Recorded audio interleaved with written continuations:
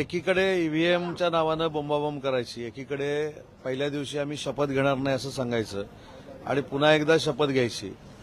ही सगळी दुटप्पी भूमिका महाराष्ट्राच्या जनतेला कळल्यामुळेच ते 40 की 45 पर्यंत पोहोचलेले आहेत आणि प्रत्येक ठिकाणी दुटप्पी भूमिका असल्यामुळं आता महाविकास आघाडीमध्ये देखील फूट पडायला लागलेली आहे. हे काल समाजवादी पार्टीच्या निमित्तानं आपल्या सगळ्यांना कळलेलं आहे. त्याच्यामुळे इकडे सांगायचं की ईव्हीएम वाईट आहे, ईव्हीएममध्ये काहीतरी गडबड आहे आणि तीच मतं ज्यावेळी लोकसभेला यांच्या खासदारांना पडली त्यावेळी ईव्हीएम चांगलं होतं. त्याच्यामुळे ह्या सगळ्या दुटप्पी भूमिका आहेत. लोकांची माथी भडकवायची, फेक नरेटिव्ह सेट करायचे आणि पराभव न स्वीकारता जनतेला वेगळ्या मार्गानं काहीतरी ब्रीफ करण्याचा प्रयत्न करायचा, हा विरोधकांचा एक उद्योग बनलेला आहे आणि त्याचाच एक भाग म्हणून गेले 3-4 दिवस या सगळ्या गोष्टी चालू आहेत. शपथविधी काल जरी झाला नसला तरी आमदारकीची शपथ ते आज घेतील याची आपण अपेक्षा करूया आणि आज पुन्हा एकदा महाराष्ट्राच्या जनतेला कळेल की काल घेतलेली भूमिका ही आज त्यांची कशी बदललेली आहे. शरद पवारांनी आज मरकडवाडी या गावामध्ये पोहोचलेले आहे आणि काल त्यांचं एक वक्तव्य आहे की 80 लाख मतं मिळून काँग्रेसला फक्त 15 आमदार मिळतात आणि एनसीपीला 58 लाख मतं मिळून त्यांचे 41 आमदार होतात. हा सगळा चमत्कारच आहे. आकडेवारीवरती शंका आपल्याला माहिती असेल, आपल्याच माध्यमातून आम्ही स्क्रीनवर बघत असतो किंवा वाचत असतो. मागच्या वेळी ज्यावेळी 78 लाख मतं पडली होती त्यावेळी देखील माझ्या माहितीप्रमाणे काँग्रेसचा एकच खासदार निवडून आला होता. 58 लाख मतं ज्यावेळी पडली होती त्यावेळी एनसीपीचे किती खासदार निवडून आले होते हे देखील आपल्याला माहिती आहे. त्याच्यामुळे नियम लावताना मागच्या खासदारकीच्या निवडणुकीला एक नियम आणि विधानसभेच्या निवडणुकीला एक नियम, नांदेडमध्ये जी लोकसभेची निवडणूक झाली त्याच्यामध्ये खासदार जे निवडून आले त्याच्याबद्दल ते काय बोलत नाही, तिथं ईव्हीएम चांगलं होतं. हरियाणामध्ये यांचं सरकार आलं तिथे ईव्हीएम चांगलं होतं. कर्नाटकमध्ये यांचं सरकार आलं तिथे ईव्हीएम चांगलं होतं. सुप्रीम कोर्टामध्ये ज्यावेळी पिटिशन दाखल केलं गेलं तेव्हा सुप्रीम कोर्टाने स्पष्ट असं म्हटलंय की ज्या ठिकाणी निकाल फेव्हरेबल लागतात तिथलं ईव्हीएम चांगलं आहे आणि ज्या ठिकाणी ईव्हीएमवरनं निकाल आपल्या विरोधात जातात त्यावेळी तिथे ईव्हीएम मशीनमध्ये काहीतरी गडबड आहे अशी शंका कायमस्वरूपी उपस्थित केली जाते आणि पिटिशन माझ्या माहितीप्रमाणे 1 दिवसामध्ये ती नाकारण्यात आलेली आहे. त्याच्यामुळं आता कुठचाच विषय नाही, कारण शेतकऱ्यांना आम्ही न्याय देतोय, लाडक्या बहिणींना आम्ही न्याय देतोय, युवकांना आम्ही न्याय देतोय, उद्योग महाराष्ट्रामधनं गेले म्हणून सांगणाऱ्यांना उद्योग किती आले हे देखील आम्ही दाखवून दिलेले आहेत. त्याच्यामुळे सगळ्या गोष्टीमध्ये महायुतीचं सरकार पुढाकार घेऊन महाराष्ट्राची विकासात्मक जडणघडण करते याच्यासाठी हा पोटसूळ उठलेला आहे आणि म्हणूनच आता ईव्हीएमवर खापर फोडलं जातं. मराठी भाषकांच्या महामेळाव्याला महाराष्ट्रातल्या नेत्यांना बंदी घालण्यात आली आहे. बेळगावमध्ये हा महामेळावा होणार आहे आणि महाराष्ट्र एकीकरण समितीने हा महामेळावा घेतलेला आहे. मात्र उद्यापासून सुरू होत असून आजपासूनच मराठी नेत्यांना महाराष्ट्र नेत्यांना त्या ठिकाणी बंदी आहे. काय वाटतं? कर्नाटकमध्ये काँग्रेसचं सरकार आहे आणि काँग्रेसची पहिल्या दिवसापासूनची रणनीती अशी आहे की सीमा भागाचा प्रश्न हा सुटता कामा नये आणि त्या भूमिका कायमस्वरूपी स्वतःबरोबर ठेवून कर्नाटकमधलं सरकार, काँग्रेसचं सरकार हे काम करतं. महाराष्ट्र एकीकरण समितीची मागणी काय की सीमा भाग जो आहे तो महाराष्ट्रामध्ये आला पाहिजे. जो सुप्रीम कोर्टामध्ये जे पिटिशन दाखल आहे त्याचा निकाल झाला पाहिजे. त्यासाठी महाराष्ट्राचं सरकार हे सीमा भागातल्या जनतेबरोबर आहे हे आम्ही अनेक वेळा सांगितलेलं आहे. मी देखील अनेक वेळा सीमा भागामध्ये जाऊन आलेलो आहे आणि अशा पद्धतीची मराठी नेत्यांना जर बंदी घातलेली असेल तर त्याचा मी जाहीरपणानं निषेध करतो. राहुल गांधी सुद्धा मरकडवाडीला जातील अशी शक्यता व्यक्त केली जाते. शरद पवारांसारखे ज्येष्ठ नेते आज त्या ठिकाणी पोहोचलेले. कुठेतरी येत्या काळामध्ये ईव्हीएम विरोधी वातावरण निर्मिती करण्यासाठी म्हणून हे सगळं केलं जात आहे असं वाटतं? ईव्हीएम विरोधी वातावरण निर्मिती करण्यापेक्षा जे अपयश आलेलं आहे ते अपयश झाकण्यासाठी केलेला हा खटाटोप आहे आणि त्याच्यासाठी हे सगळं खापर ईव्हीएमवर फोडलं जात आहे. आपण जर बघितलं तर प्रियांका गांधी ज्या मतदारसंघातून निवडून आल्या त्या मतदारसंघामध्ये काय बॅलेटवर मतदान झालेलं नव्हतं ना, त्या मतदारसंघामध्ये देखील ईव्हीएमवरच मतदान झालेलं होतं. मग ते कसं काय चाललं? त्याच्यामुळे मला असं वाटतं की महाराष्ट्रातल्या जनतेनं महाविकास आघाडीला जे पूर्ण नाकारलेलं आहे, त्या नाकारल्यानंतर आपण काहीतरी करतोय, आपण जे नाकारले गेलेलो आहे ते ईव्हीएममुळे गेलेलो आहोत असं दाखवण्याचा काही लोकांचा दुर्दैवी प्रयत्न आहे. परंतु जनतेनं नाकारलं हे आजपर्यंत कोण स्वीकारायला तयार नाही. पवारांनी एक महत्वाचं स्टेटमेंट केलेलं आहे की इंडिया आघाडीचं नेतृत्व करण्याची क्षमता ममता बॅनर्जीमध्ये आहे, असं काल एक त्यांनी कोल्हापूरमध्ये महत्वाचं विधान केलंय. तुम्ही कसं या वक्तव्याकडे बघता? त्यांनी थेट असं सांगितलंय की इंडिया आघाडीचं नेतृत्व ममता बॅनर्जी करू शकतात, काँग्रेसवरती काँग्रेसच्या नेत्यांवरती कुठेतरी नाराजी यामधून दिसून येते. नाही, याच्यामध्ये नाराजी म्हणण्यापेक्षा आता वेगवेगळे प्रयोग करणं महाविकास आघाडीला क्रमप्राप्त आहे. राहुल गांधींवर एक प्रयोग करून त्यांनी बघितला, तो यशस्वी झाला नाही.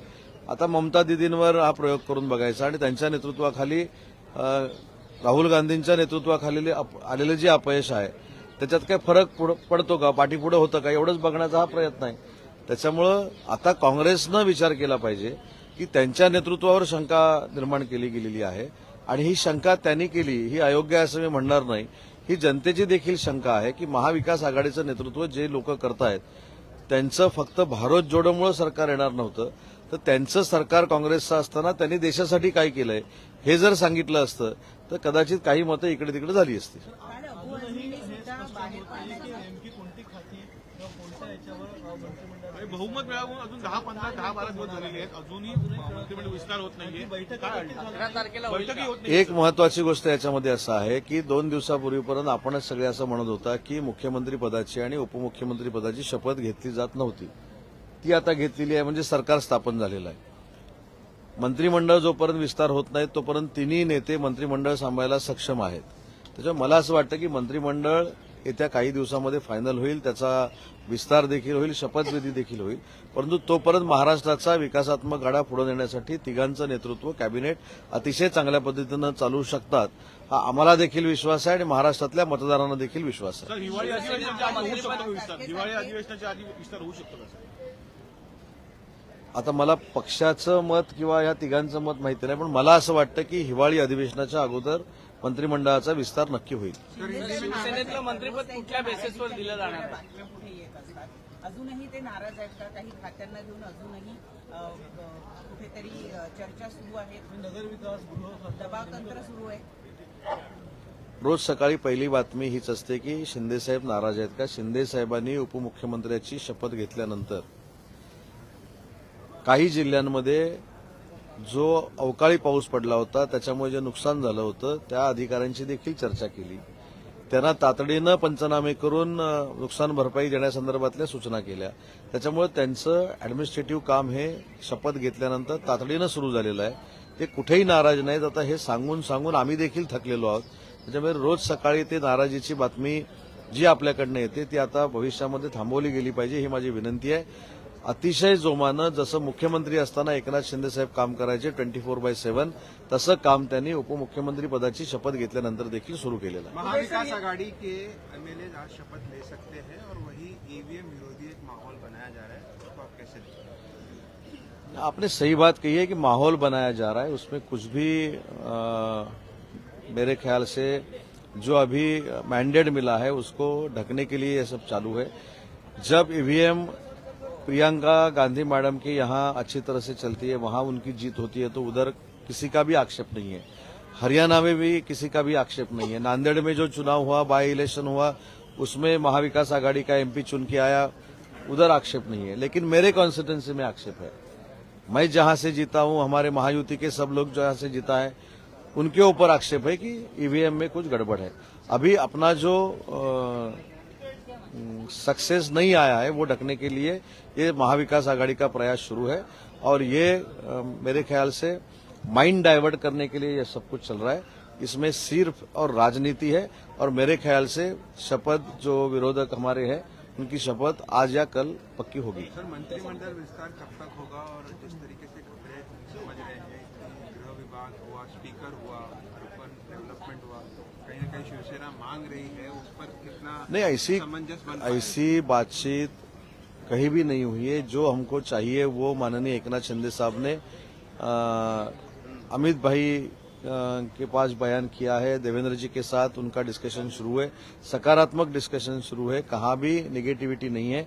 मेरे ख्याल से ये 2-3 दिन में सम्मानपूर्वक बंटवारा हो जाएगा और मंत्रिमंडल का विस्तार भी हो जाएगा। ममता बनर्जी इंडिया अलायंस को लीड करती हुई का जो स्टेटमेंट आया है वही कांग्रेस नाराज दिख रही है, इससे जो नेशनल पॉलिटिक्स चेंज होती हुई नजर आ रही है, कैसे देखते हैं? राहुल जी गांधी के नेतृत्व में 2-3 चुनाव आपने भी देखे, हमने भी देखे, उनको मेरे ख्याल से वो यशस्वी नहीं हुए, इसलिए अभी पैरेलली दूसरा नेतृत्व देखे, उनको मेरे ख्याल से वो यशस्वी नहीं हुए, इसलिए अभी पैरेलली दूसरा नेतृत्व महाविकास आघाड़ी का रहना चाहिए। ये बात अगर रहती है तो ये कांग्रेस का अपमान है, हमारा नहीं।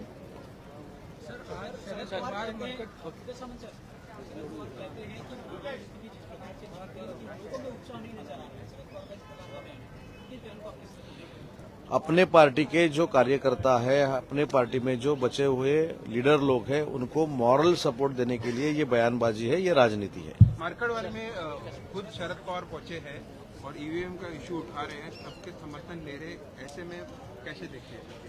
इसके ऊपर भी मैंने कहा है कि ये ईवीएम के ऊपर डाल के जो उनका पूरे महाराष्ट्र के लोगों ने उनको 40 पे लेके आए, 45 तक लेके आए, उसको ढकने के लिए ये सब प्रयास शुरू है, राजनीति शुरू है। अभी क्या करना है तो ईवीएम के बारे में क्वेश्चन मार्क करके ईवीएम ऐसा ऐसा है इसलिए हम नहीं जीते, ये दिखाने का ये प्रयास है और ये पूरी की पूरी राजनीति है। आखिरी सवाल, वक्फ बोर्ड जो है नोटिस इश्यू कर रहा है, 100 से ज्यादा किसानों को लातूर के नोटिस इश्यू किया गया कि जो जमीन पे वो करते हैं फार्मिंग, वो वक्फ बोर्ड की जमीन है, उसको लेकर के काफी विवाद हो रहा है। संभाजी कैसे देखते वक्फ बोर्ड की तरफ से वो नोटिस जारी किए गए हैं सर 103। नहीं, ऐसा है कि अगर फार्मर लोगों की जमीन है और वो उनके पास पुरावा है, उनके पास प्रूफ है, तो सरकार उसका सकारात्मक तरीके से विचार करेगा, क्योंकि अगर वो फार्मर की जमीन है, वहाँ वो फसल उगा रहे हैं, तो उनको न्याय देना भी हमारी जिम्मेदारी है। लेकिन उसमें क्या है, कैसा हुआ है, कैसी नोटिस निकली है, ये अभी तक मुझको पता नहीं है, उसके ऊपर बात करना अच्छी बात नहीं है। लेकिन फार्मर लोगों की अगर जमीन रहती है तो उनके ऊपर अन्याय नहीं होगा। अबू आजमी ने सर महाविकास आघाड़ी छोड़ने का ऐलान कर दिया। अबू आजमी ने, उनका कहना है कि उद्धव ठाकरे की चूंकि पार्टी के नेता बाबरी मस्जिद वाली जो बातें हैं उसके ऊपर अपने आप को गर्व के पोस्ट कर रहे हैं और उद्धव ठाकरे कोई जवाब नहीं दे रहे हैं, तो उन्होंने जो सेक्युलरिज्म का जो है चोला पहना था वो वापस से उतर गया है। मैंने यही बोला था कि महाविकास आघाड़ी की ये टेंडेंसी बन गई है, कल एक बात करना, आज एक बात करना, दूसरे दिन एक बात करना, ये भी अभी समाजवादी पार्टी को पता चल गया है। इसलिए अबू आजमी साहब ने उनसे क्लेरिफिकेशन मांगा है कि आपकी भूमिका क्या है, और कल वो ये भी बोले कि अगर वो शपथ नहीं लेना चाहते तो ठीक है, हम लोकशाही का आदर करते हैं, इसलिए हमने शपथ ली है। तो अभी आगे और बहुत कुछ घटने वाला है। महाविकास आघाड़ी के जो अलायंस वाले लीडर लोग हैं उनमें भी अभी कॉन्फिडेंस नहीं है, इसलिए ये सब हो रहा है। धन्यवाद। विचारलं झालं